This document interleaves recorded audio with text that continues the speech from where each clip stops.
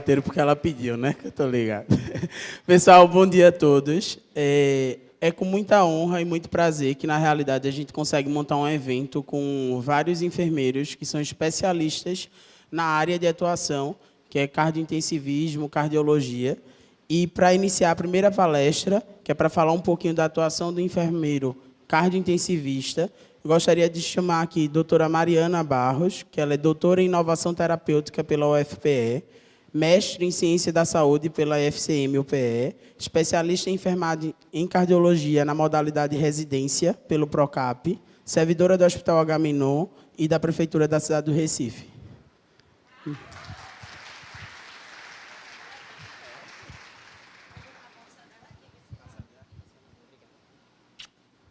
O que eu gosto mesmo é do levante das palmas, né? Palmas! Bom dia, pessoal. Mariana Barros, né? Prazer. Fui convidada por esses jovens aqui ilustres. Muito obrigada pelo convite, Jabiel e Vanushka. Muito obrigada ao Nibra pelo convite também, para falar de uma coisa que eu amo, que é a cardiologia. Jabiel, vez ou outra, diz assim, se tem cardio, tem mare. E isso é muito bom ser referência nesse sentido.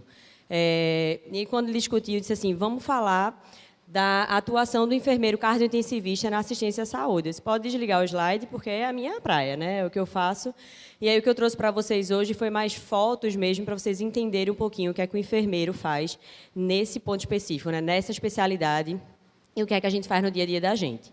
Então, começando um pouquinho sobre o papel do enfermeiro cardiologista. Então, vocês provavelmente já conhecem um pouco do papel do enfermeiro intensivista, né, que atuaria na terapia intensiva, exatamente. Mas o que é que o enfermeiro cardiologista poderia fazer? Então, a gente atua tanto na prevenção primária, né, avaliando fatores de risco, cuidando desse paciente para ele não desenvolver as doenças propriamente ditas. Prevenção secundária, como reconhecimento precoce para melhor prognóstico do paciente, na parte ambulatorial, até mesmo dos cuidados do paciente internado.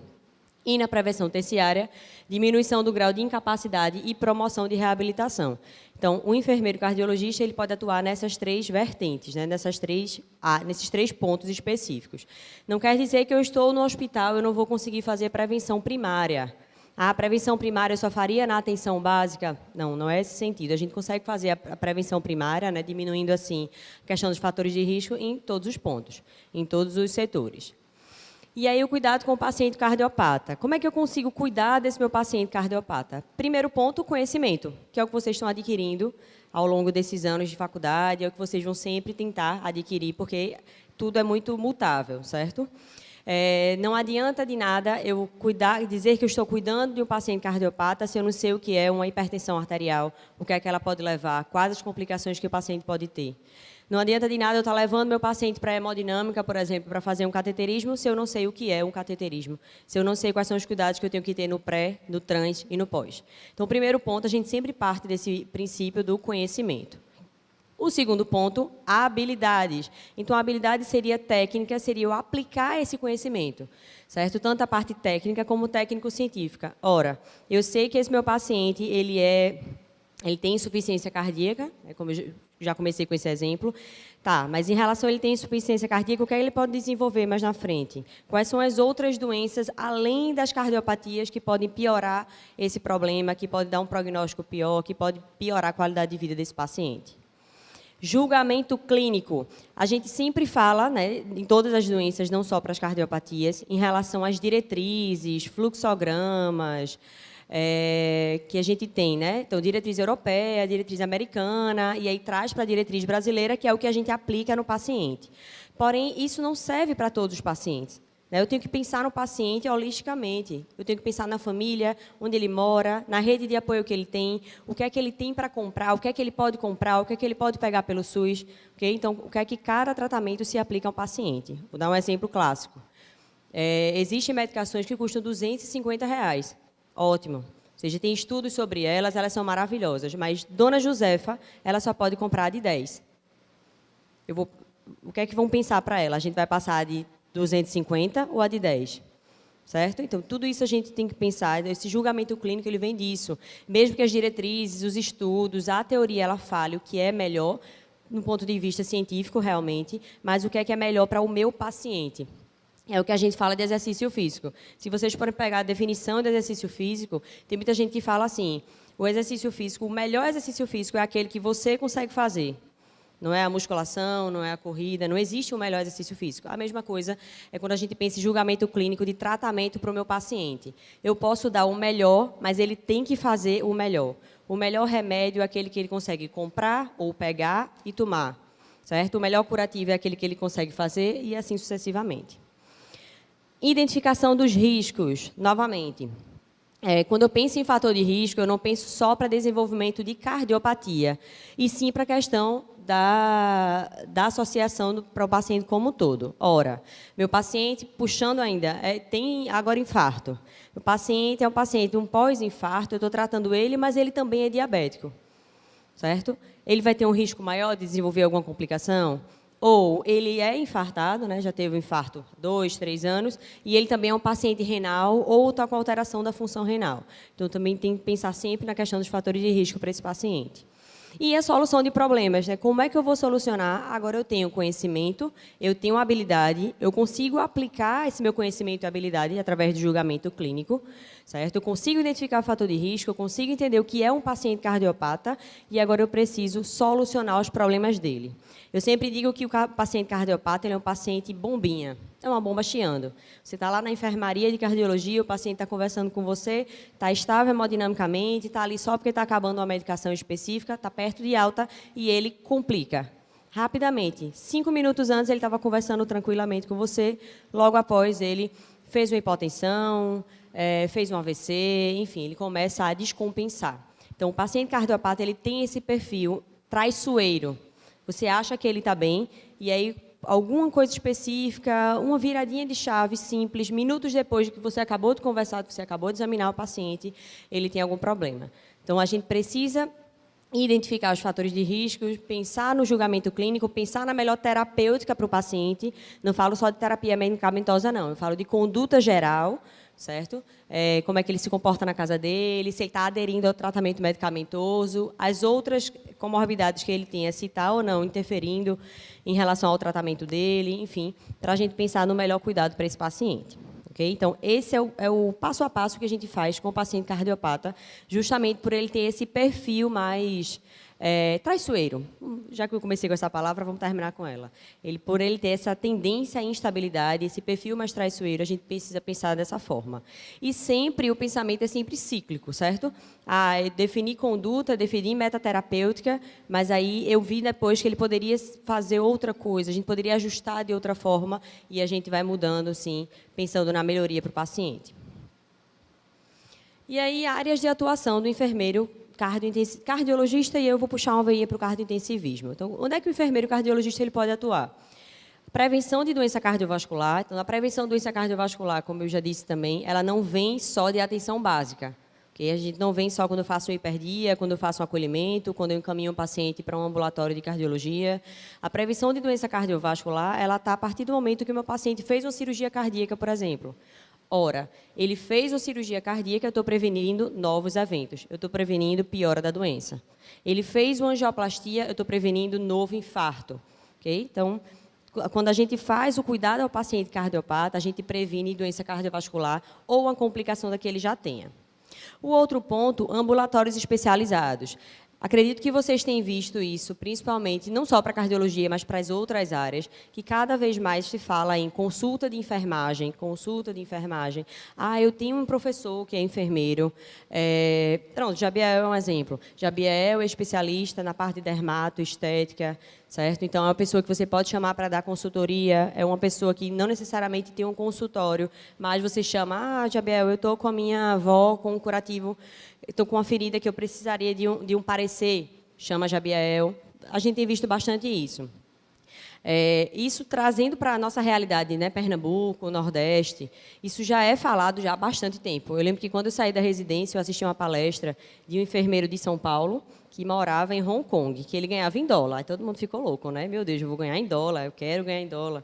E aí ele fazia um ambulatório, que eu fazia na época da residência. Pronto, eu fazia de graça, né, porque era da residência, e o cara estava ganhando em dólar.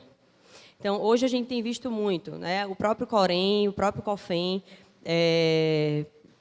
emitindo parecer, falando sobre a questão da importância da consulta de enfermagem e de ambulatórios especializados. E eu trouxe até alguns artigos para mostrar para vocês que isso já tem se demonstrado na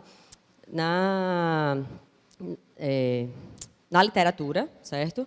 E aí a gente vê bastante essa importância mesmo, por que é bom ter um enfermeiro especialista, enfim. O outro ponto, cardiopatia congênita. Não sei se vocês já tiveram alguma aula, já ouviram falar em cardiopatia congênita, mas eu sempre costumo dizer que cardiopatia congênita é um mundo à parte, é uma cardiologia à parte, certo? Outro ponto de atuação seria exames de imagem, então, tomografia, ressonância, cintilografia, entre outros. O enfermeiro também pode atuar nessa área, eu vou explicar cada pontinho para vocês. Hemodinâmica na angioplastia, no cateterismo. Cirurgia cardíaca. Então, na cirurgia cardíaca, nos 3 pontos da cirurgia cardíaca, o pré-operatório, o transoperatório lá dentro do bloco cirúrgico e o pós-operatório. Perfusão. Então, não sei se vocês já ouviram falar no profissional perfusionista. Então, hoje em dia, a gente tem, desde 2002, tem uma sociedade, tem uma regulamentação desse profissional, que é o profissional que mexe na circulação extracorpórea. Ou seja, para eu fazer uma cirurgia cardíaca, em algumas situações eu preciso parar o coração, eu preciso desviar o sangue do coração do corpo para ser oxigenado numa máquina e retornar para o paciente, né? De uma forma bem simples, é mais ou menos isso que a SEC, que é a circulação extracorpórea, faz. E aí eu tenho o profissional perfusionista, que ele pode ser enfermeiro, ele pode ser o próprio médico, ele pode ser fisioterapeuta, biomédico, biólogo, porém ele precisa dessa especialidade. Então, é um dos pontos que a gente tem como atuação no enfermeiro. Agora, no Covid, acho que vocês ouviram, conheceram uma máquina chamada ECMO. Conheceram? Lembra? ECMO, membrana de circulação extracorpórea. Lembra de Paulo Gustavo? Lembra que ele botou uma máquina que todo mundo fez, saiu matéria no Fantástico, e tudo que era reportagem falava sobre ela. Então, a gente que já trabalha com cardiointensivismo, a gente já tinha visto ECMO em algumas situações. Um exemplo de ECMO na mídia, além de Paulo Gustavo, seria o incêndio da Boate Kiss. Quem lembra? Alguns anos atrás. Então, no incêndio da Boate Kiss, a ECMO também foi utilizada, já que ela funciona também para a questão pulmonar, questão respiratória. E aí, depois disso, a gente teve um aumento muito grande de solicitação de ECMO. Então, para eu colocar a ECMO, eu vou precisar do perfusionista, vou precisar, e para eu manejar a ECMO diariamente, eu preciso de um profissional passando e olhando os parâmetros da máquina, olhando se meu paciente está bem anticoagulado, enfim. Cuidados específicos em relação a essa máquina. E aí, um enfermeiro ele entra também nisso. É outra área de atuação. Geralmente, é o enfermeiro perfusionista ou o enfermeiro que tem curso específico em ECMO. Okay? UTI coronária, né? Então, tanto a UTI coronária clínica, então aqueles pacientes que infartaram, paciente com insuficiência cardíaca, edema agudo do pulmão, como a UTI coronária de pós-operatório, né? Que seria já um bracinho da cirurgia cardíaca. E o outro ponto, transplante cardíaco. Então, quando a gente fala de transplante, é um mundo à parte também. Certo? Então, várias coisas envolvem para você conseguir fazer um transplante no paciente. E eu não estou falando isso só do transplante cardíaco, como dos outros órgãos também. Então, para eu pensar no paciente transplantado, você pensa assim, o paciente transplantado ele é grave? Ele é grave. Mas ele está instável? Não, ele tem que estar minimamente estável. Certo? E aí, para eu chegar nessa estabilidade, eu preciso de uma equipe multidisciplinar, eu preciso de uma equipe conversando com esse paciente, explicando que ele agora vai tirar o coração dele e colocar um coração novo. Eu preciso do psicólogo trabalhando a cabeça dele, do assistente social pensando no multi, né, no espaço em casa, como é que é a questão de higiene, onde é que ele mora. Eu preciso do fisioterapeuta já pensando na reabilitação cardíaca no pós. Eu preciso do enfermeiro trabalhando a adesão terapêutica, como é que vai ficar esse paciente, tanto no pré como no pós-operatório, certo? Como é que vai ser curativo, como é que é a relação com a família. Então, o enfermeiro no transplante cardíaco, ele trabalha tanto no pré, já pensando nessa questão ambulatorial mesmo, como no trans, desde a captação, ele pode ser a pessoa que vai lá captar o órgão, no momento do procedimento, certo, dentro do bloco cirúrgico, e no pós-operatório, tanto imediato, como mediato, né, de UTI e enfermaria, desculpe, e também no pós-operatório mais tardio, aquele que vai avaliar a medicação, a adesão medicamentosa, em relação a tratamento não farmacológico, pensamento como é que esse paciente está andando, enfim. Então, o enfermeiro no transplante cardíaco ele pode atuar nessas áreas, em todas essas áreas. E aí, apresentando para vocês a parte da cardiologia intervencionista propriamente dita, né? O que é que a gente tem? Então, eu tenho um enfermeiro que pode atuar nos exames de imagem, né? Que eu já comecei a falar para vocês. É um enfermeiro que pode atuar na tomografia. Então, na tomografia, como é que ele atuaria, né? Como é que a gente atua? Então, pensando no preparo do paciente, eu vou preparar o paciente, eu vou instalar soro, eu vou ver se ele tem alergia, eu vou ver como é que está a função renal, já que eu utilizo o contraste, qual é a indicação dessa tomografia, por que a gente está indicando tomografia para esse paciente, como é que estão os exames de forma geral, se eu vou fazer contraste, eu tenho que pensar no potássio, como é que está o potássio do meu paciente, isso tudo antes de iniciar o procedimento. No procedimento, cada vez mais, a gente tem sido trazido para a parte de olhar e aprender sobre imagem. Quando eu dou aula de cardiologia, o pessoal faz muito assim, meu Deus, como é que você sabe de tal exame? Como é que você sabe disso? Acaba aqui na faculdade, a gente aprende de forma geral, certo? E depois a gente vai procurar o que a gente gosta, não é assim? Certo? E exames, realmente, às vezes, ficam um pouco à parte, porque são exames o quê? Bem específicos. Mas aí, quando vocês pensarem, eu quero ser, que é aqui, depois desse simpósio, viu, Jabiel? Depois desse simpósio, a metade dessa turma ela vai querer ser cardiologista, com toda certeza. Com toda certeza, dermato que lute. E aí, o que é que a gente pensa? Né? De começar a olhar esse exame e de entender a imagem. Certo? O pessoal diz muito, a imagem é muito difícil porque a gente não pratica. Eu escuto muito, eletro é muito difícil, tomografia, ressonância é muito difícil, mas é porque eu não estou acostumada a parar e olhar, entender o que é fisiológico, o que é normal, para saber o que é patológico. Então, na identificação também, para já pensar na conduta terapêutica lá no final. Okay? E no pós, né, como é que meu paciente ficou no pós? É um paciente que estava entubado, é aquele paciente que eu tenho que voltar para a UTI, paciente que complicou. Então, o paciente de exame de imagem, ele chega muito tranquilo, muitas vezes, mas complica na hora do exame. Ele faz uma reação ao contraste, um exemplo. Ele para, ele faz hipotensão e a gente tem que saber atuar em todos esses pontos. Então, tanto para a tomografia como ressonância. Outro exemplo é a cintilografia miocárdica. Na cintilografia miocárdica, a gente tem um ponto específico, que é o talho ou o gálio, né, que é um dos radiofármacos que a gente vai fazer no paciente. Então, fez o radiofármaco, o paciente vai ficar lá esperando, lá na salinha de recuperação. E aí, na sala de recuperação, ele vai esperar o tempo de meia-vida do radiofármaco para depois ter alta. Então, eu tenho que entender que esse paciente, nessas 4 ou 5 horas que ele vai ficar lá, ele pode complicar também. Mas eu preciso dar a ele medicação, caso faça necessário, ele precisa se alimentar, ele precisa ficar tranquilo para ele poder sair e ter um repouso tranquilo. Ecocardiograma. Ecocardiograma é um exame de imagem de baixo custo, fácil manuseio, que o operador é o médico, realmente, o ecocardiografista. Porém, eu posso também, tanto além do preparo como do pós, pensando fora do Brasil, alguns enfermeiros já fazem ecocardiograma, certo? A gente não lauda o eco, mas hoje em dia, quando começa a pensar muito assim, acho que vocês já ouviram falar no curso de ultrassonografia beira-leito.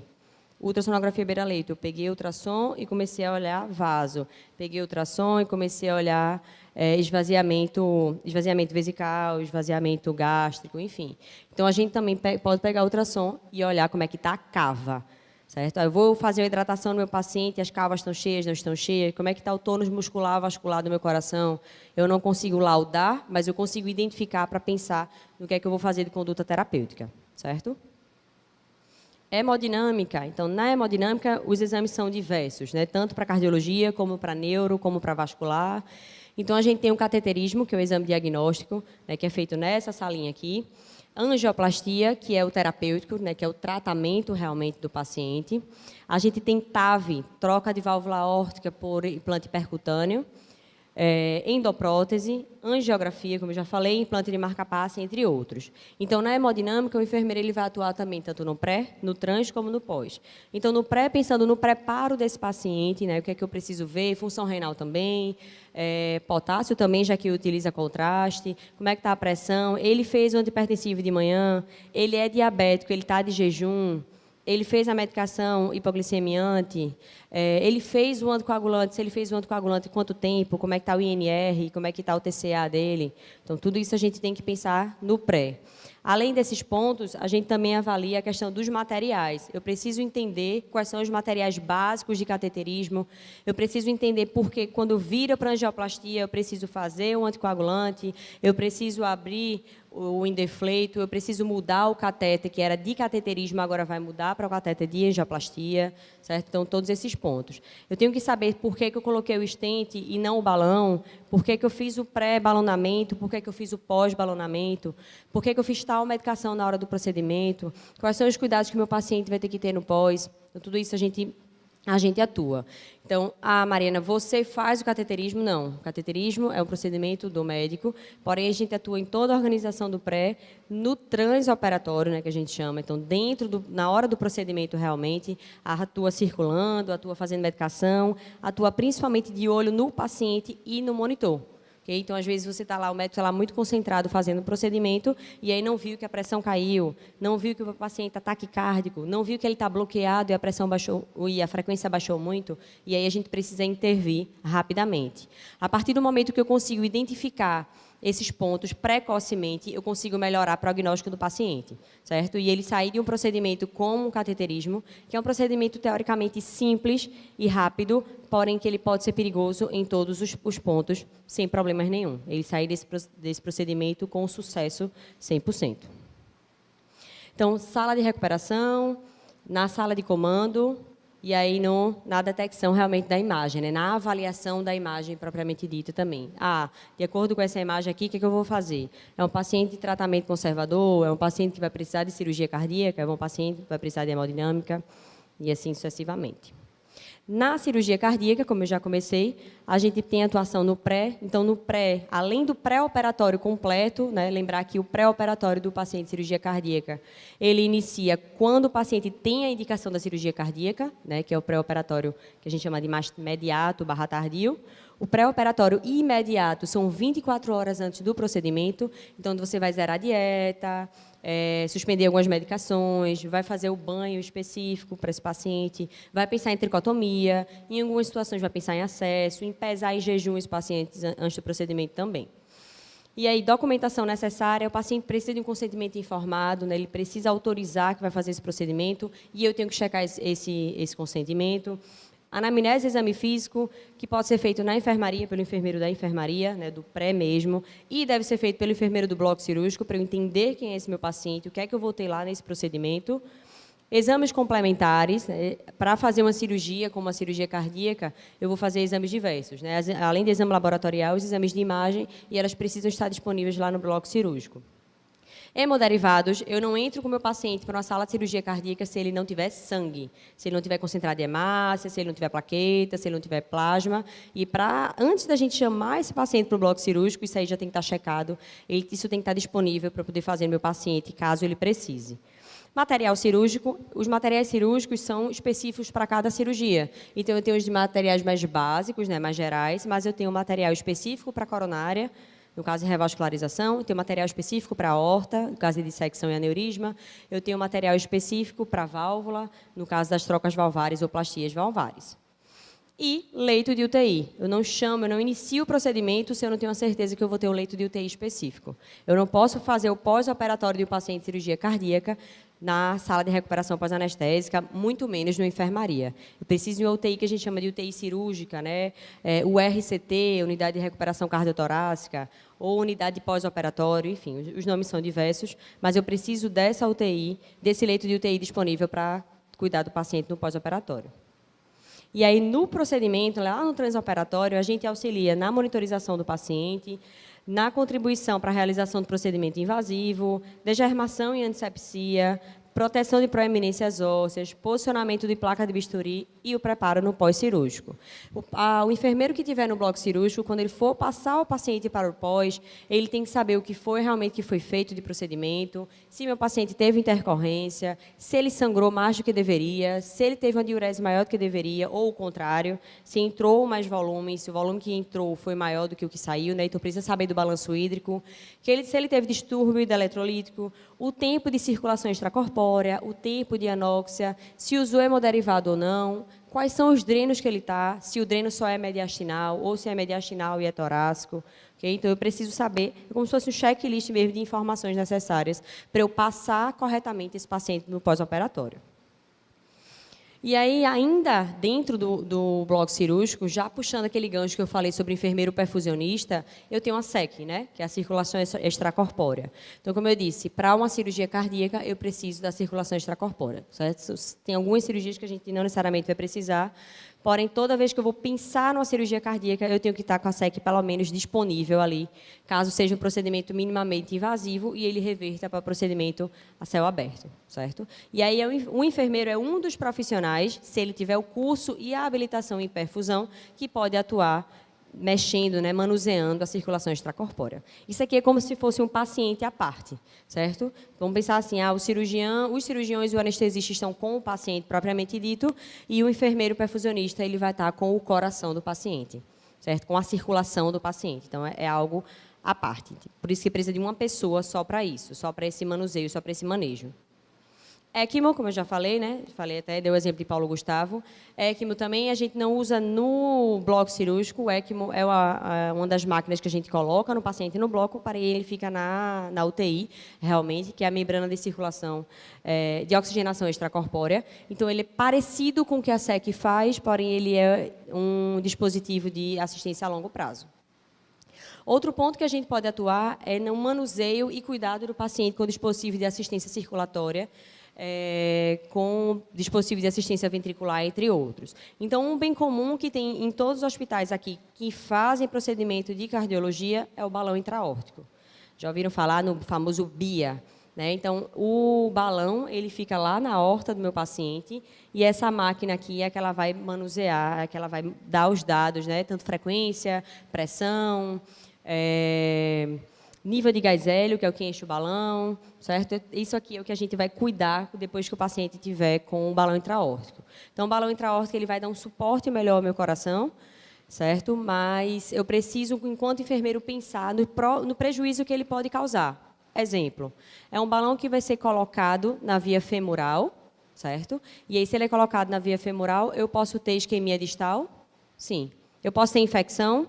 Sim. Então, eu tenho que pensar em todo o aparato para que meu paciente não tenha nenhum ponto desse, nada disso. O paciente está com droga vasoativa e está com balão intraórtico e vai começar desmame de droga. Eu tenho que pensar também que ele pode ter o desmame e ele pode precisar retornar essas drogas ou o aumento da vazão dessas drogas. Okay? Esse console do balão, ele também vem com ele um Doppler. Então, o Dopplerzinho é para a gente avaliar como é que está a circulação periférica. Então, eu vou lá, eu vou ver coloração de membro, eu vou ver temperatura, eu vou ver se tem edema ou não, e eu vou pegar o Doppler e vou atrás do barulhinho do vaso. Vocês já tiveram contato com o sonar? Quem é que já teve, sim ou não? Não? Então, assim, quem já passou pelos estágios de saúde da mulher, teve contato com o sonar e a gente vai sempre procurando o batimento do coração, não é isso? E a gente acha primeiro quem? O do cordão. Eu estou atrás do batimento do coração, mas eu acho o do cordão.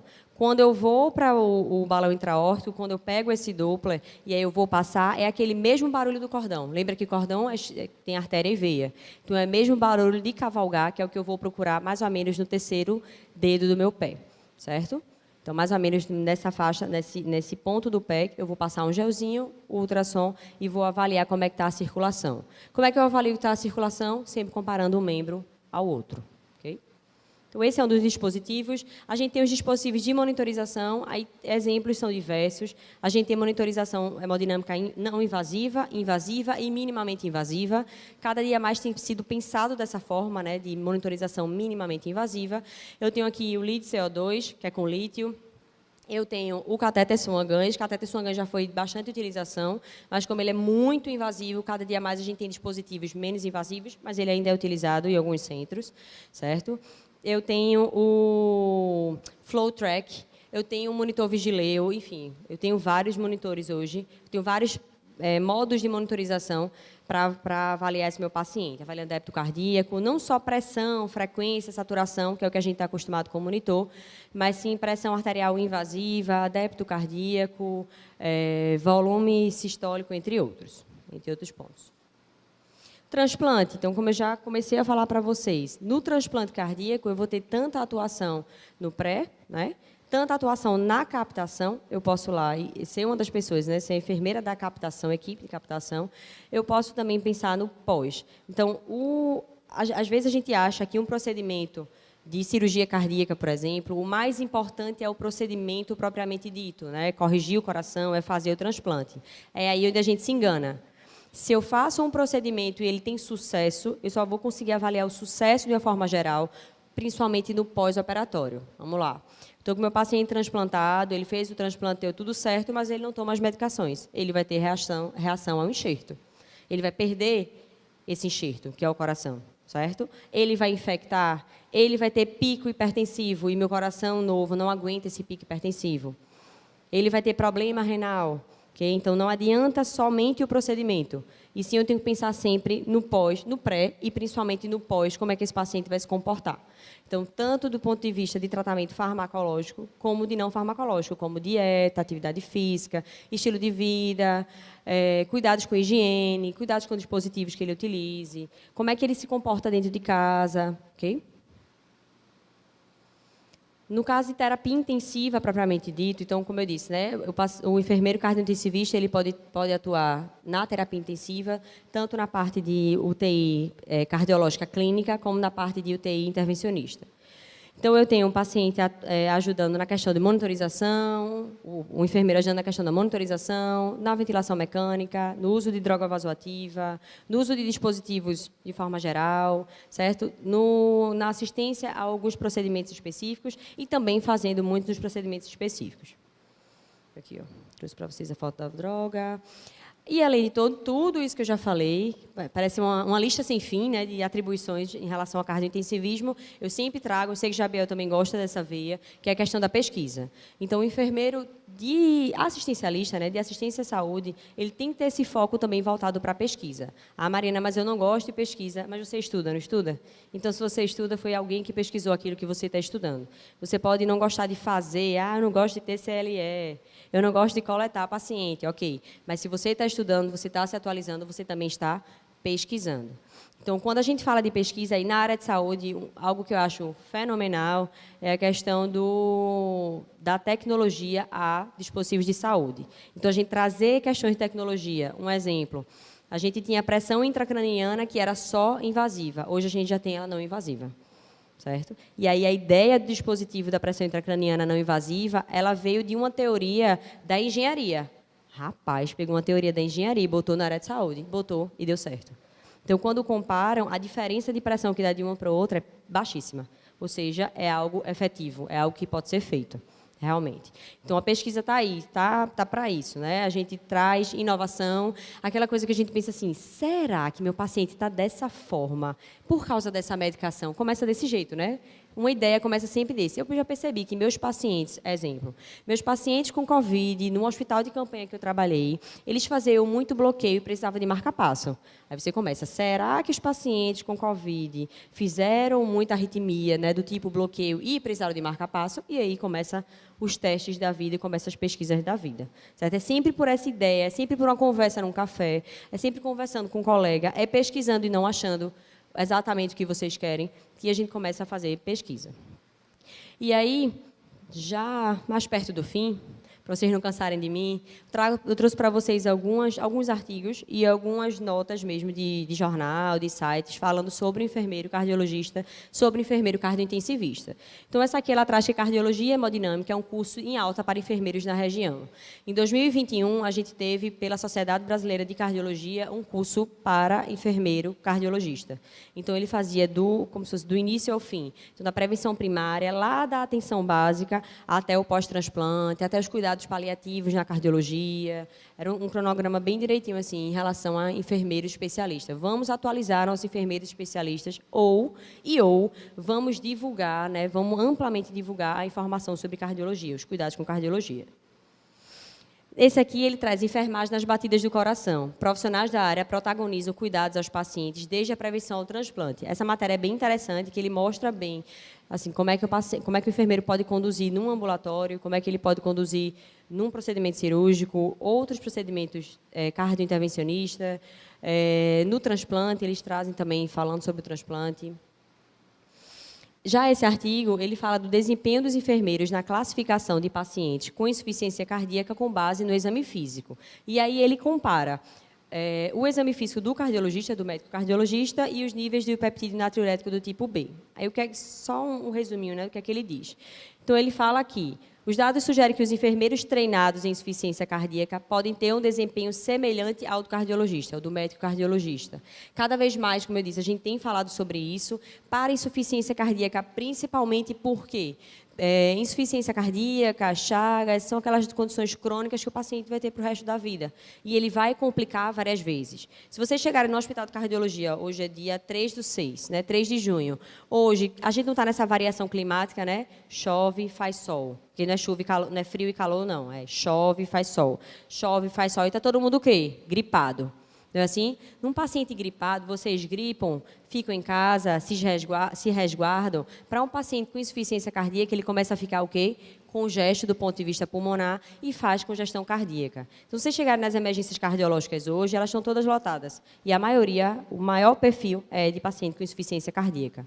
Certo? Então, aquele paciente que precisa voltar várias vezes para o ambulatório, precisa voltar várias vezes para o consultório, não é um paciente fácil de manejar, principalmente a nível ambulatorial. No hospital, ainda é tranquilo, mas a nível ambulatorial é mais difícil. Outro ponto que ele traz é relevância na prática clínica. E aí eu grifei aqui para vocês o seguinte. Os resultados podem ajudar a confirmar a capacidade de enfermeiros em realizar avaliações clínicas confiáveis em pacientes nesse perfil, né, de insuficiência cardíaca. Esse outro artigo já é um artigo da Associação Cardiovascular, de enfermeiros, no caso, e aí ele fala em relação a práticas de rotina do enfermeiro cardiologista. E diz que requer enfermeiros qualificados que são aptos para o propósito. Qual é o propósito? Cuidar de paciente cardiopata. Ele fala também que o desenvolvimento de declarações de competência que identificam conhecimento e habilidades necessárias para um atendimento seguro, eficaz e competente direcionam o enfermeiro cardiologista a adquirir habilidades e conhecimento de forma focada e coerente. Então, a partir do momento que eu tenho um profissional que ele consegue identificar tanto fator de risco, como possíveis complicações, pensar no prognóstico do paciente, eu tenho melhoria de qualidade de vida, eu tenho melhoria de cuidado de saúde para meu paciente. Vamos lembrar que a gente traz conhecimento para a gente ganha algumas coisas, né, a partir do momento que eu tenho conhecimento, mas eu sempre tenho que pensar no que é que eu vou fazer para o meu paciente, certo? Controle da anticoagulação foi um exemplo que eu disse. Lembra, no início da palestra, eu falei o seguinte, eu fui para uma palestra e tinha um cara falando que ele fazia um ambulatório em Hong Kong e ganhava em dólar. Eu, rapaz, eu faço isso. A gente não fazia isso? A gente fazia isso de graça. Amigo, tinha um cara ganhando em dólar e tu fazia de graça. Certo? Então, por quê? A gente consegue ver que o enfermeiro ele consegue tranquilamente manejar esse tipo de paciente. Certo? E aí, nesse artigo, ele fala que a anticoagulação orientada por equipe especializada é efetiva e segura em pacientes com baixa renda e baixo nível educacional, permitindo que seja prescrito para esses pacientes. Nesse outro aqui, eu trouxe a eficácia das clínicas cardíacas de enfermagem em pacientes adultos com diagnóstico de doença coronariana. E as clínicas de enfermagem eram, pelo menos, tão eficazes quanto as clínicas de clínicos gerais com a maioria dos desfechos. Outro ponto, eles recomendam o uso da clínica de enfermagem para pacientes com doença coronariana, porque aumenta a taxa de atendimento e acompanhamento ao clínico. Para pacientes que necessitam de mudança de estilo de vida para diminuir o risco de resultados adversos e associados à doença coronariana. O que é que a gente diz muito? Uma mulher ela tem sempre o seu clínico, que é o ginecologista. Não é assim? O pessoal, na atenção básica, ela tem sempre o seu clínico, que é o enfermeiro, que vai fazer o acolhimento. E aí o enfermeiro ele tem sempre esse norte, esse caminho, né, essa ideia de pensar no paciente de uma forma geral. Estou fazendo o exame de prevenção, eu vou pensar na mama, eu vou pensar no colesterol, eu vou pensar nos dentes, então eu vou pensar no paciente de um modo completo. E aí os ambulatórios eles servem para isso. Como eu disse, vocês vão lá no consultório de Jabiael fazer um curativo, enfim, fazer um procedimento específico, fazer um botox. Já está aplicando botox, amigo? Fazer um botox. E aí ele viu uma mancha, ele viu que você estava com um pique hipertensivo, ele consegue lhe encaminhar para as especialidades, certo? O fazer do enfermeiro em unidade de hemodinâmica. Então, ele resume, né, que o enfermeiro desenvolve atividades assistenciais, gerenciais de ensino e pesquisa, além de cuidado direto ao paciente. Enfermeiros de unidade de hemodinâmica no Rio Grande do Sul, perfil e satisfação profissional. Então, o que é que ele diz? A maioria dos enfermeiros não fazia esforço para ir trabalhar, estava satisfeito com o trabalho, não considerava o dia de trabalho interminável e não tinha vontade de mudar de profissão. Então, ótimo. Perfeito, é isso que a gente quer, né? Pessoas, além de capacitadas, pessoas felizes com o que fazem, porque não tem coisa pior do que você fazer algo que você não gosta. Contudo, as unidades contam com enfermeiros altamente satisfeitos e capacitados para que gerenciar seu processo de trabalho e para desenvolver suas competências, assim como as dos demais membros da equipe. Então, além de trabalhar como enfermeiro, trabalhar em conjunto com a equipe multi também. Esse artigo aqui, ele é um pouco antigo, mas é bem legal porque ele fala das competências do enfermeiro em unidade de terapia intensiva cardiológica, né? E aí ele fala, na conclusão, né? Ele fala o quanto que é relevante, o quanto que é importante um enfermeiro ter esse conhecimento em relação às cardiopatias, né? Em relação à cardiologia, em relação ao perfil do paciente, o quanto que melhora a autonomia do enfermeiro, o desenvolvimento do trabalho dele e o quanto que de melhorias eu posso levar para o meu paciente também. E, por último, mas não menos importante, essa matéria ela fala sobre enfermagem de coração. Então, a atuação da enfermagem na UTI cardiológica requer conhecimentos tecnológicos e avançados, sem descuidar da assistência integral ao paciente. Eu já ouvi isso. Ah, mas o enfermeiro de cardiologia no UTI, ele só vai pensar no coração. E tem como a pessoa só pensar no órgão. Seria mais fácil, né, se a gente pudesse só pensar numa coisa, mas não tem como. É o contrário. Se a sua unidade é de terapia intensiva, de pós-operatório de cirurgia cardíaca ou de cardiologia, enfim, a unidade coronariana, a gente tem que ter enfermeiros cardiologistas, certo? E não enfermeiro em terapia intensiva. Seria realmente esse lado contrário. Porque é o enfermeiro que ele vai pensar nas complicações relacionadas às cardiopatias e vai pensar num todo do paciente, realmente. E aí ele fala que o enfermeiro no pós-operatório tem uma grande responsabilidade no cuidado e é um membro importantíssimo na recuperação desse paciente. E aí eu finalizo, agradeço novamente o convite e a presença de todos vocês.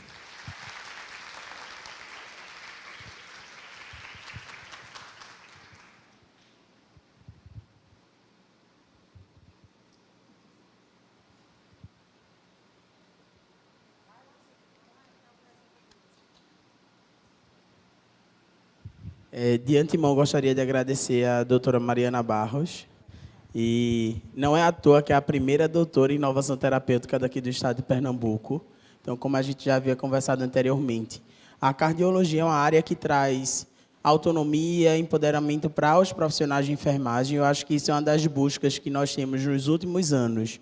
O que a gente mais quer é ser feliz na enfermagem, sendo reconhecido, e eu acho que a cardiologia é uma dessas áreas, né? Eu costumo dizer que eu acho tão bonito como o povo de cardiologia é inteligente, e não é brincadeira, não.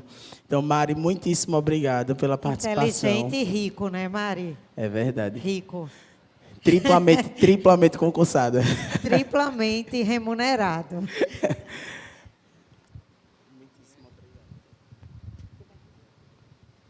Alguém tem alguma pergunta para a Mari? Vou aí com o microfone. Vanushka está disposta hoje, tem que aproveitar. Eu vim de tênis.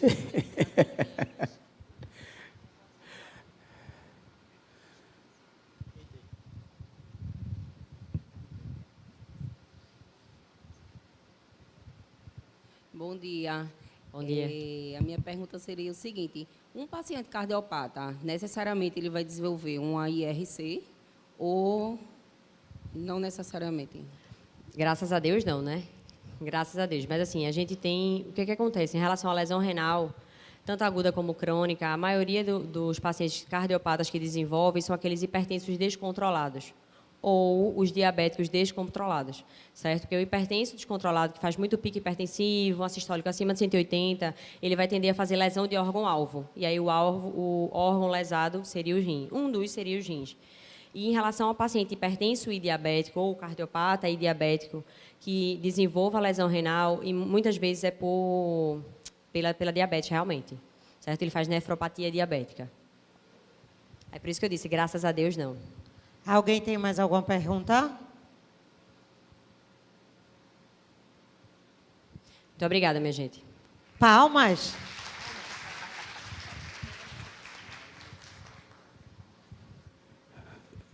Vai apresentar o próximo, é, Vanushka?